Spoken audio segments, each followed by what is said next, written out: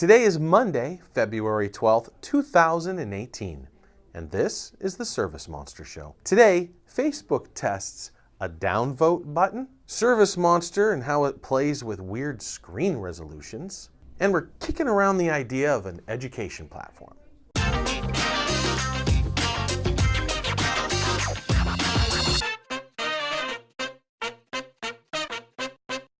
This week on social media. So Facebook confirms the existence that it is testing a downvote button. I don't know how you get access to it. I haven't seen it personally. I'm hearing rumors of it in the blogosphere. So I'm interested to see what they do with that. I think that can help improve the quality of content, which is one of their recent missions. So we'll see what happens overall. It just goes to show they're continuing to play with this stuff and add this little feature psychologically can make massive impact. To that end, Instagram adds the ability to share people's posts in your stories. I actually think this is a pretty good move. It keeps your wall pure, right? But your stories, that's more flighty anyway, stuff that you post, and any hits that you post there that you want to graduate to your wall, you can. But this allows people that are following you to follow you following someone else, something we haven't been able to do in Instagram yet. Kevin Snyder asked about the SendGym integration, and can it get a little tighter?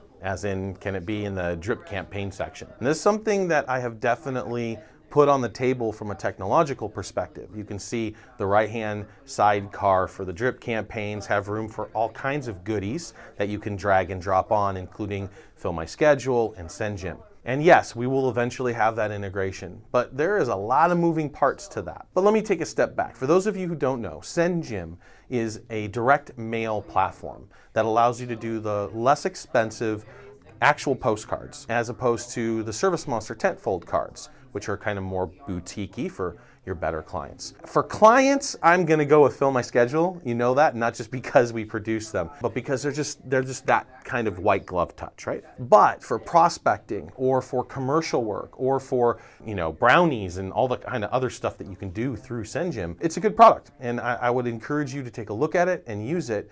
And you can create sequences, what they call multiple mailings. So you can click a button in ServiceMonster if the two are integrated, and it will send the client to the sequence. So that's all well and good. One thing that is amazing though is what they call the radius bomb. And this is why we jumped on the integration maybe even earlier than we will then tackle the next phase, which is adding them into the drip. And that's because you're able to do prospecting with it, which is a brand new thing. I mean, you can literally scrape 55 addresses around the address that you just serviced. So I'm really excited by that feature. We're starting to get feedback that they're getting good results. But like anything, mailing takes time. And direct mail is just this repetitive thing. You've got to hit them 3 or 4 times before you see real results. And I think the integration's only been around for about 6 months. So we're just starting to hear positive feedback, but I expect a lot more this summer. If you're not familiar with it, I encourage you to check it out. Now, Kevin, yeah, it's coming, but I don't know when, and Josh and I have to talk. There's some devil in the details and behind the scenes stuff that has to go with this as well. So we're working that all out as quickly as we can, but of course we have other fish to fry, and we're trying to make this product as amazing as we can with the resources that we have. Katie brings up a visual glitch that appears to exist in Firefox only. We're gonna be pushing a fix for it, but right now, if you look in an account, on the sidecar of open orders, the order number is wrapped and you can barely see it. You'd have to click on it in order to see what the actual order number is. We're familiar with it and we'll be fixing that here in the next release. Colby points out that on some screen resolutions, ServiceMonster is not scaling well. Truth. Tablets this happens with, and very small laptops, or laptops with a minimum height resolution. The simple fix right now is to reduce your overall scale. And you can do that in your browser. If you go to the visible settings, there's the little plus and minus. Minus that 1 or 2, and that will give you a really clean interface. We will be working for what are called style sheets, or the styling, how ServiceMonster 6 is presented within the browser. And we'll be working on those for tablet as well. So, how long that's gonna take, I'm totally unclear. We've got to get some heavy resources on the UI side and then testing involved with that. But it's something that's on the plate, something that we want to do. And eventually, ServiceMonster 6 will be an amazing tablet product. We built that specifically from day one to be touch-friendly. We even have touch monitors in the dev team. This week inside ServiceMonster.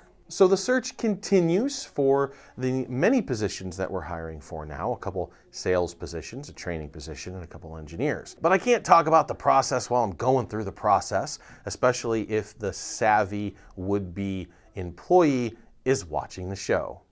You guys, oh my gosh, check it out, servicemonster.net/help. It's in its infancy, right? But Stephanie's cranked out 26 videos. Her and Amy have gotten together to figure out the coursework that you guys are gonna need to go through when you first get started. Now, for those of you who are veterans in ServiceMonster 6, there might not be any content that is valuable to you yet, but it is coming fast. I am so excited by the quickness and the speed and the quality of this production, which has led us to an interesting point. We're creating an education platform. We're using some technology that allows us to do coursework. Now, that technology also allows us to do purchased coursework, which I don't think we'll ever offer directly here at ServiceMonster. The value content we push is just that. I don't want to turn into some education provider that sells you courses, right? But there are a lot of quality educators out there that do, and I would love to chat with them to see if they'd be willing to provide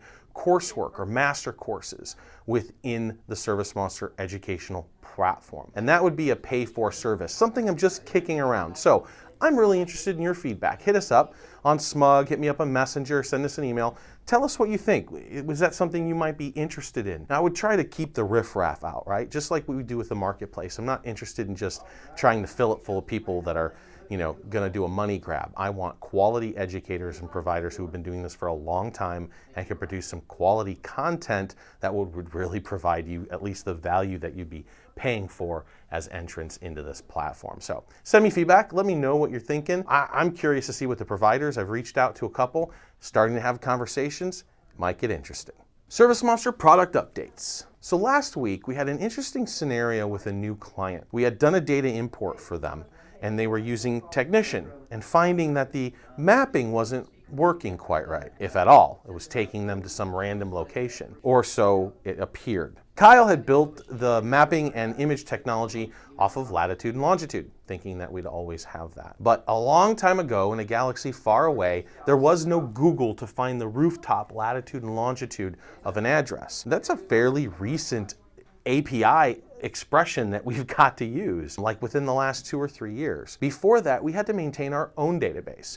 And for those old school ServiceMonster users, you remember it was zip code based. It would take the center of any kind of weird zip code, and that was the color that it based the proximity detection on your schedule. And that was the only thing that we used it for. Now that we have precision, where you can enter an address inside ServiceMonster and we will get the actual latitude and longitude as it stands with Google. Now we have some disconnect. Things that are imported will use that zip code database because we can't mass spam Google trying to get zip codes or latitude and longitudes off every address that we import.